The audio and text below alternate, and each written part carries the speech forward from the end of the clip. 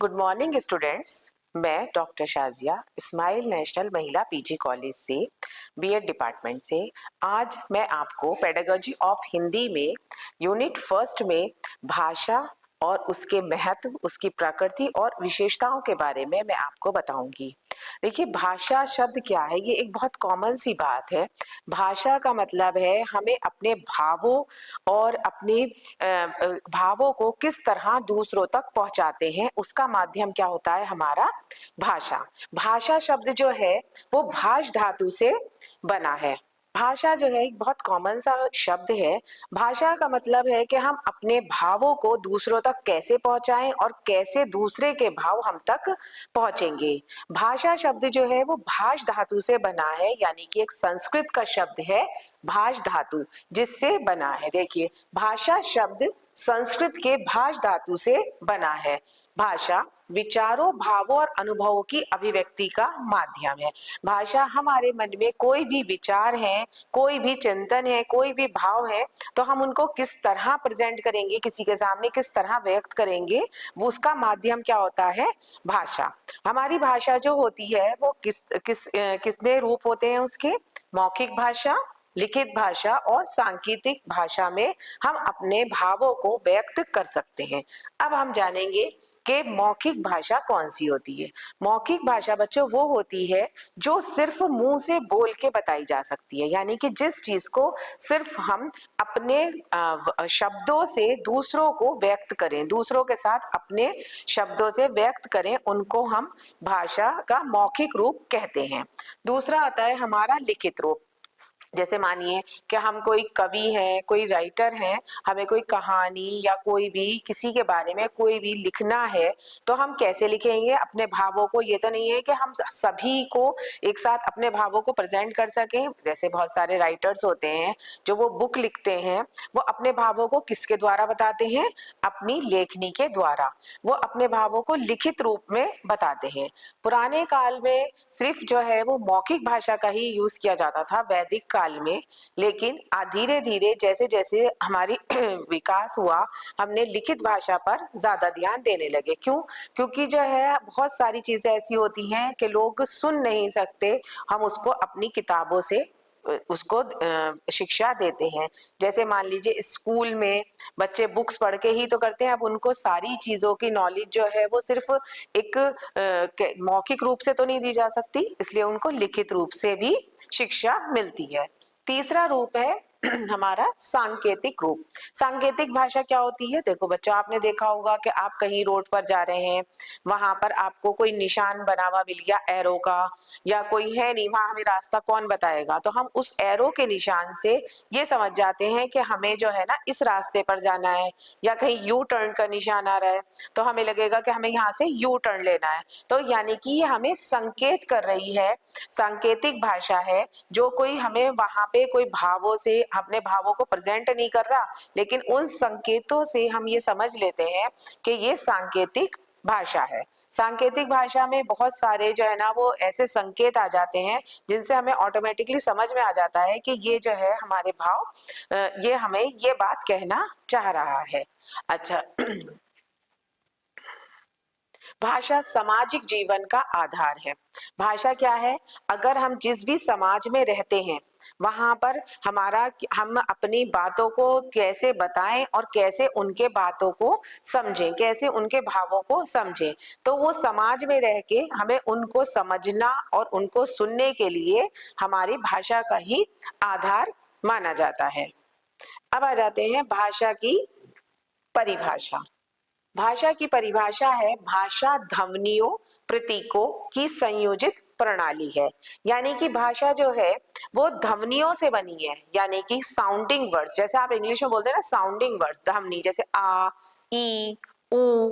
तो जैसे हमें कोई चीज लेक्चर देना होता है, या मान लीजिए कोई नेता होते हैं, उनकी कहीं साउंड ऊपर होती है कहीं नीचे होती है, उस साउंडिंग वर्ड से हमें पता चल जाता है कि लोग अपने भावों को किस तरह जो है ना वो व्यक्त कर रहे हैं। जैसे मान लीजिए कोई इंसान गुस्से में होता है तो उसकी ध्वनि जो है ना बहुत तेज हो जाती है बोलने की, और जो जैसे आराम से बोल रहा है, प्यार से बोल रहा है, तो उनकी लैंग्वेज ध्वनियां स्लो हो जाती है।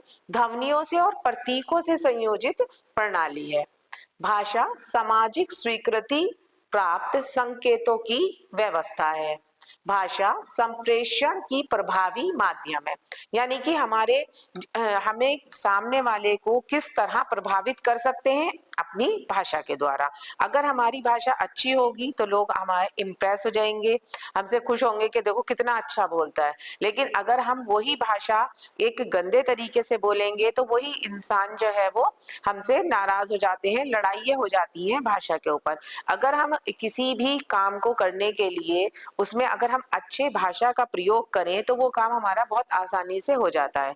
और उसी काम को अगर हम बदतमीजी से कहें किसी से सामने वाले से तो वो उस काम को गुस्से में नहीं करेगा। तो हमारी भाषा के माध्यम से ही हम अपना एक व्यक्तित्व बना सकते हैं समाज में।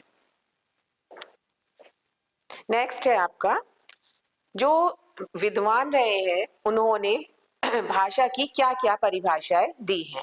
जैसे एडवर्ड स्पीर की परिभाषा, उनके अनुसार भाषा पूर्णतः मानवीय और स्वाभाविक पद्धति है जिसके द्वारा मनुष्य अपने विचारों और भावनाओं का संप्रेषण करता है। एडवर्ड स्पीर कहते हैं कि जो मानव की स्वाभाविक पद्धति है, स्वाभाविक मतलब उसको अपने भावों को किस तरह वो बाहर निकालेगा, जिसके द्वारा मनुष्य अपने विचारों और भावनाओं को संप्रेषण करता है। भाषा सामाजिक और मानवीय क्रिया है। भाषा क्या है? वो समाज की और एक मानव होने के नाते उसकी कोई ना कोई भाषा होगी। तो वो क्या है? वो एक क्रिया है।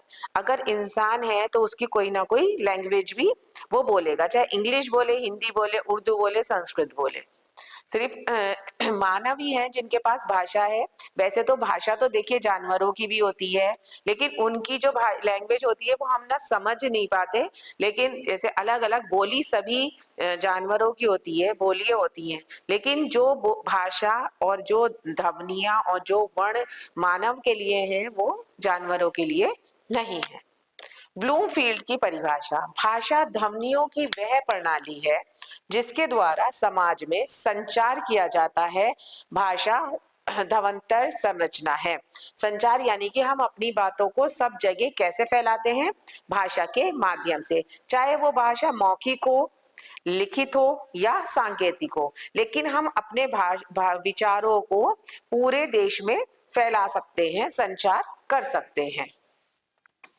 अब आ जाते हैं हम भाषा की प्रकृति। जैसे हर चीज की कोई ना कोई प्रकृति होती है, नेचर होती है, इसी तरह भाषा की भी कुछ प्रकृति है। जैसे भाषा सामाजिक है, यानी कि जब हम जिस समाज में रहेंगे उस समाज में हमें कोई ना कोई भाषा बोलनी पड़ेगी। अगर हम मान लीजिए विदेश में रहते हैं, अमेरिका में रहते हैं, तो वो वहां के समाज की भाषा हो जाएगी, वहां पे लोग अंग्रेजी बोलेंगे। अगर हम भारत में रहते हैं तो हमारी भाषा हिंदी हो जाएगी। तो जिस समाज में हम रहेंगे उस समाज की बोली हम बोलते हैं। तो इसलिए भाषा की प्रकृति क्या हो गई? सामाजिक। दूसरा है भाषा परिवर्तनशील है। जैसे जैसे हमारी प्रकृति में चेंज आता रहता है, समय बढ़ता रहता है, भाषा परिवर्तनशील होती रहती है। जैसे पुराने जमाने में जो है वो भाषा संस्कृत यूज की जाती थी, अब धीरे धीरे विकास होता जा रहा है तो बहुत सारे शब्दों को हम नए जोड़ते रहते हैं और जो पुराने शब्द हमारे उसमें इस्तेमाल नहीं होते उनको हम छोड़ते जाते हैं। तो भाषा क्या है? निरंतर परिवर्तनशील होती रहती है। जिस तरह से हमारा समाज में चेंज आता रहता है, हम आगे की तरफ बढ़ते रहते हैं, इसी तरह भाषा भी परिवर्तनशील होती रहती है समय के साथ साथ। नेक्स्ट है भाषा परंपरागत है। जैसी परंपरा, जैसे मान लीजिए कि हम जो है वो यूपी में रहते हैं तो हमारी भाषा अलग तरह की होगी, खड़ी बोली होगी। अगर हम महाराष्ट्र में रहते हैं तो हमारी बोली कैसी होती है? मराठी हो जाएगी। तो जैसी जिस समाज की परंपरा होगी उस समाज में उसी तरह की भाषा बोली जाएगी। नेक्स्ट है भाषा अर्जित की जाती है, यानी कि भाषा जो है कोई पौत्रक संपत्ति नहीं है कि हमें जो है वो मिल गई संपत्ति, पौत्रक दादा परदादाओं की जमीन जायदाद जैसे हमें मिल जाती है, पौत्रक संपत्ति नहीं है, बल्कि ये अर्जित की हुई है। जिस तरह हम सीखेंगे हम शब्दों को जिस तरह शब्दों को हम सीखते रहेंगे उस तरह उनकी हमें वोकैबुलरी बढ़ती रहेगी और हमारा जो है वो शब्दकोश बढ़ता रहेगा और हम अपनी भाषाओं को बोलते रहेंगे। जैसे जैसे हम सीखते रहेंगे भाषा, जैसे बच्चा होता है उसको शब्द हम सिखाते हैं, धीरे धीरे धीरे धीरे वो शब्द सीखता रहता है और बोलना शुरू कर देता है। उसी तरह भाषा जो है वो हम अर्जित करते हैं, हमारी कोई पौत्रक संपत्ति नहीं होती। नेक्स्ट है भाषा मौखिक, लिखित और सांकेतिक 3 प्रकार की होती है। हम तीनों ही भाषाओं में अपने भावों को व्यक्त कर सकते हैं, चाहे वो हमारी मौखिक हो, चाहे लिखित हो या सांकेतिक हो। लेकिन सबसे ज्यादा प्रचलन में कौन सी भाषा होती है? मौखिक, क्योंकि ये सबसे आसान तरीका होता है अपनी बात को दूसरे को तक पहुंचाने का। और ज्यादातर लोग जो हैं वो भाषा के द्वारा ही अपने भावों को पहुंचाते हैं, क्योंकि लेखनी में लेखक भी हर कोई नहीं होता और सांकेतिक भाषा भी हर जगह इस्तेमाल नहीं की जा सकती, इसलिए मौखिक भाषा ही सबसे ज्यादा प्रचलन में होती है। नेक्स्ट है भाषा सर्वव्यापक है, यानी कि पूरे वर्ल्ड में क्या बोली जाती है? भाषा। हर मनुष्य क्या बोलता है? भाषा। सर्वव्यापक है, लेकिन बस ये है कि हर जगह की भाषा अलग होती है, वहाँ की अलग वर्ण अलग होते हैं, बोलने का तरीका अलग होता है, वहाँ का अलग उनकी अपनी वोकैबुलरी होती है। जैसे आप देखेंगे कि हम दूसरे जो स्टेट से लोग आते हैं या जो दूसरे देश से लोग आते हैं, हम उनकी बोली से पहचान जाते हैं कि वो यहाँ के नहीं है। फॉर एग्जाम्पल जैसे मान लीजिए लखनऊ के लोग कोई यूपी में आ जाए, हम लखनऊ का कोई मेरठ में आ जाए, तो हम उसकी बोली से पहचान जाएंगे कि वो जो है वो लखनऊ का इंसान है, क्योंकि वहाँ की जो बोली है वो अलग तरह की होगी और मेरठ की बोली अलग तरह की होती है। तो ये सर्व भाषा क्या है? सर्वव्यापक है। नेक्स्ट है भाषा गतिशील और परिवर्तनशील है, यानी कि भाषा जो है वो लगातार परिवर्तन होती रहती है, चलती रहती है। ऐसा नहीं है कि जो पुराने जमाने में हमारे पास शब्दकोश थे वही आज हैं, हम उन्हीं शब्दों का इस्तेमाल कर रहे हैं, नहीं। बहुत सारी चीजें ऐसी हैं जो हमने बहुत सारे हमारे शब्द जो प्राचीन काल में थे वो अब इस्तेमाल में नहीं आ रहे थे, तो हमने उनकी जगह प्रचलन में नए शब्दों का उसके अंदर जोड़ लिया और भाषा का परिवर्तन कर दिया। नेक्स्ट है भाषा का ढांचा स्वतंत्र है, यानी कि हम कुछ भी बोलने के लिए स्वतंत्र हैं। ऐसा नहीं है कि भाषा में हमें कुछ बाउंड कर दिया है कि तुम ये नहीं बोल सकते या ये नहीं बोल सकते। अब इसके आगे आता है हमारा भाषा की विशेषताएं, यानी कि हमारी जो भाषा है भारत की उनकी क्या क्या विशेषताएं हैं भारत की भाषा की। भाषा प्रतीकात्मक होती है, यानी कि हमारे जो प्रतीक हमें जो कोई भी चीज बतानी है प्रतीकों के द्वारा, उनको हम भाषा के द्वारा ही बताएंगे। नेक्स्ट है भाषा सर्जनात्मक होती है, भाषा लचीली होती है। लचीली जैसे मैंने अभी आपको बताया कि हम उसको फ्लेक्सिबल चेंज कर सकते हैं, ऐसा नहीं है कि हम एक ही भाषा बोलते रहें, हम उसके अंदर थोड़े से अंग्रेजी के, उर्दू के शब्द भी इस्तेमाल कर सकते हैं। ये नहीं कि सिर्फ हम हिंदी के बोलें या सिर्फ संस्कृत के ही बोलें, भाषा क्या होती है वो मिलजुल कर बोली जाती है।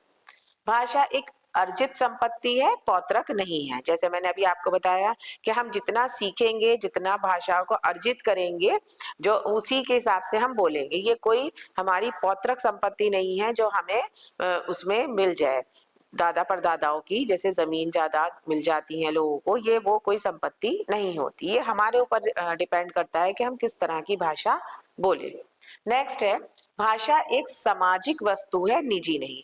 ये किसी की कोई एक पर्सनल लैंग्वेज नहीं होती। आप मुझसे देखें, मैं आप को जो आप चाहें वो आप बोल सकते हो, मैं जो बोल रही हूँ आप उसे देख के आप भी उसको बोल सकते हो। ये नहीं है कि ये कोई मेरी पर्सनल लैंग्वेज हो गई, ये एक सामाजिक वस्तु है, कोई भी इसका इस्तेमाल कर सकता है, कोई भी उसे अनुकरण करके वो भी बोल सकता है। जैसे मान लो कि आपने कोई इंग्लिश का सेंटेंस सुना और आपने उसका अनुकरण किया और उसी को रिपीट कर दिया, तो कोई ये किसी की निजी संपत्ति नहीं होती कि हम इसको नहीं बोल सकते। नेक्स्ट है भाषा एक कौशल है, भाषा परिवर्तनशील है। भाषा एक स्किल, कौशल मतलब एक स्किल है जिसको हम सीखते हैं स्टेप बाय स्टेप। जैसे छोटा बच्चा होता है उसे हम पहले एक एक वर्ड करके सिखाते हैं, पहले उसे वर्ण सिखाते हैं आ ई उ, फिर उनको वर्णों को जोड़कर उनको एक शब्द बनाया जाता है, फिर उनसे एक वाक्य बना के सिखाया जाता है। तो इसी तरह भाषा क्या है, एक कौशल है, एक स्किल है।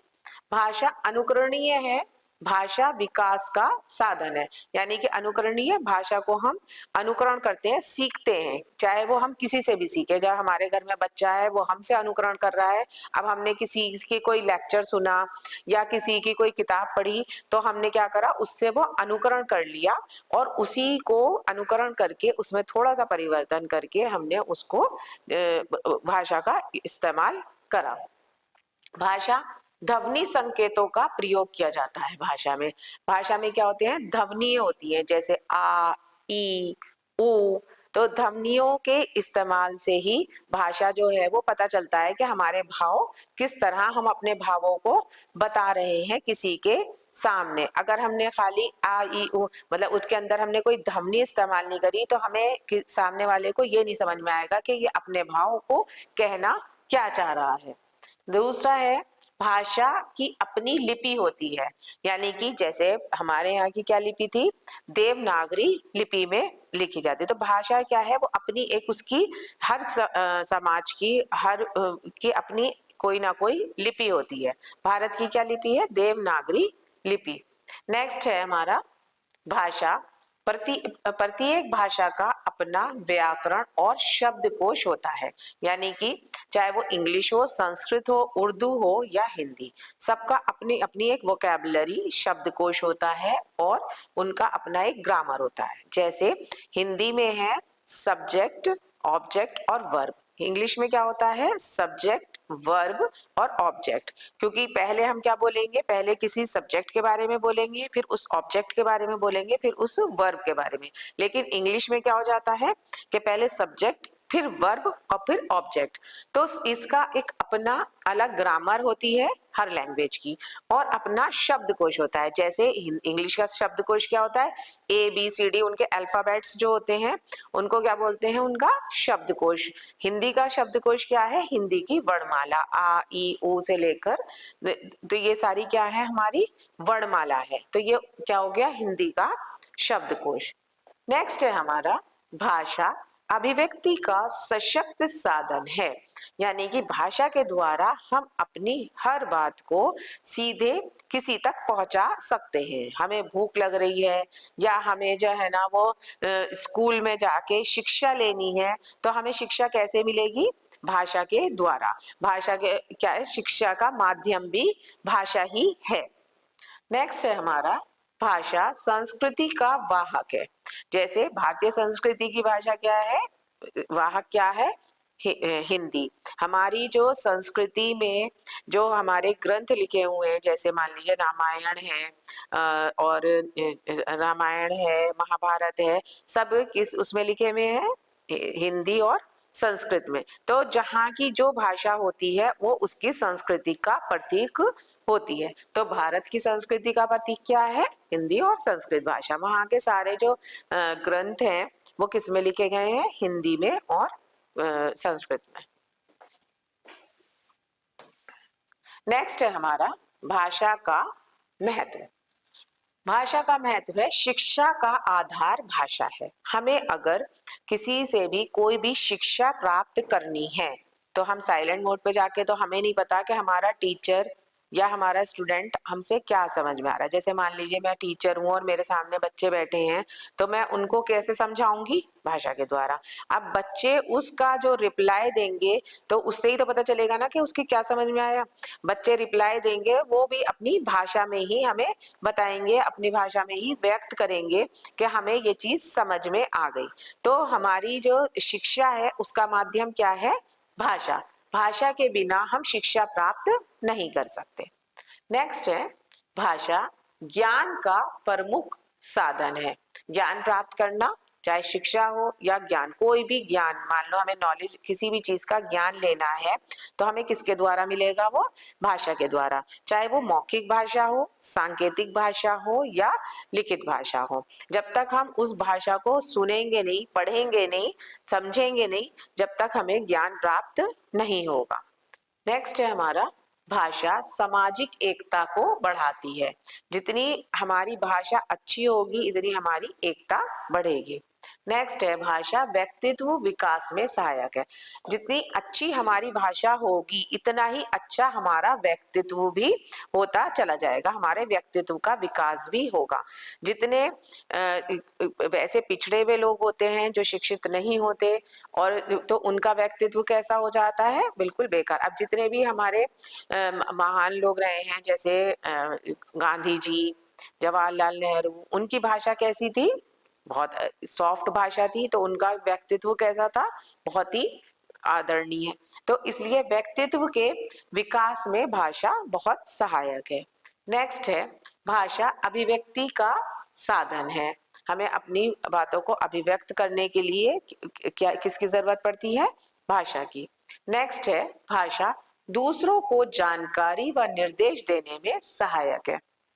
हमें अगर किसी को किसी बात की जानकारी देनी है, जैसे मान लीजिए कि मुझे ये जानकारी देनी है कि कल एग्जाम है, या फिर जो है ना आपके एग्जाम में कौन कौन से क्वेश्चन आएंगे, कि कोई भी, क्या हमारे देश में क्या चल रहा है, क्या खबरें हैं देश की, तो वो हम किस से जानकारी देंगे? भाषा के द्वारा।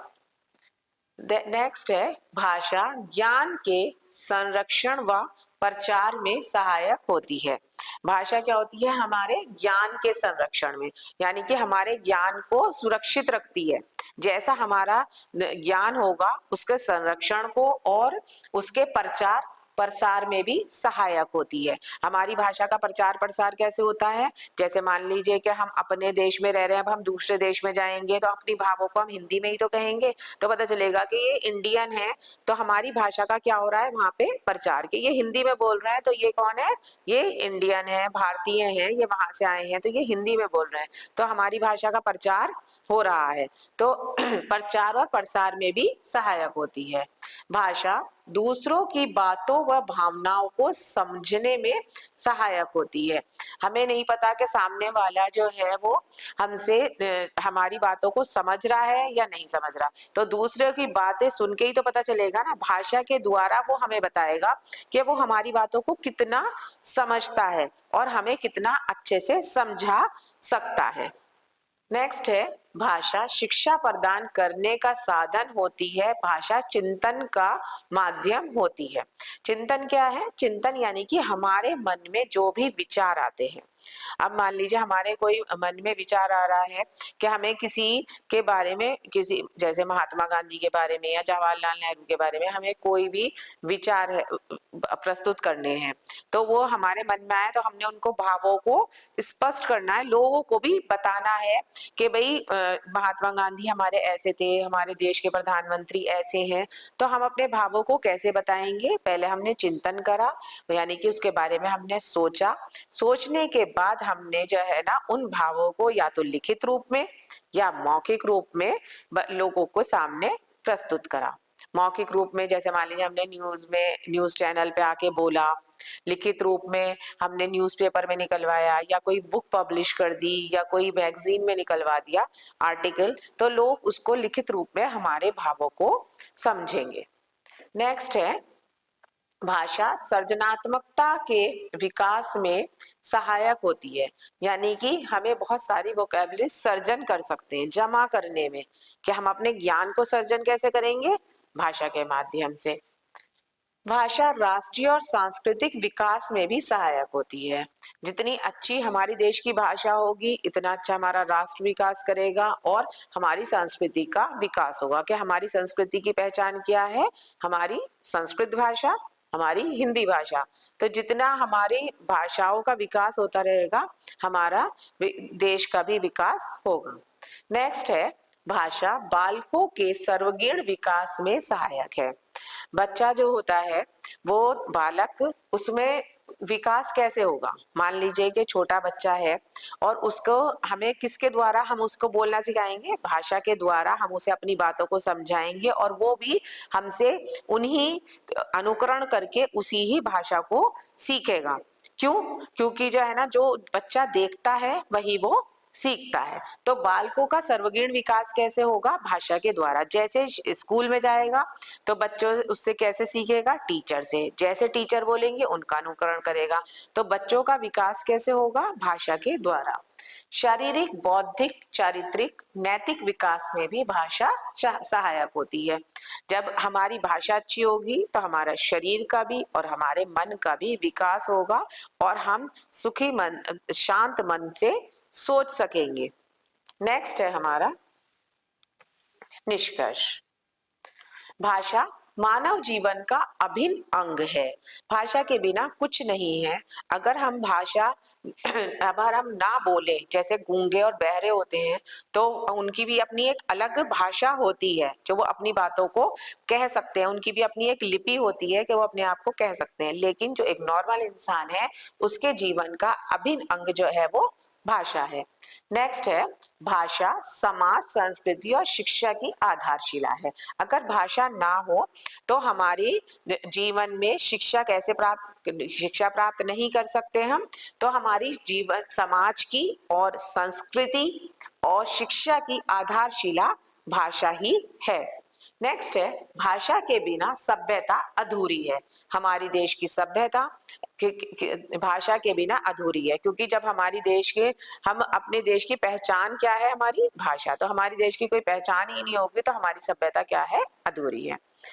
तो बच्चों इसके ऊपर जो है आपके जरूर लॉन्ग क्वेश्चन जरूर आता है बीएड में, क्योंकि ये बहुत इंपॉर्टेंट टॉपिक है। बहुत आसान है भाषा वर्ड।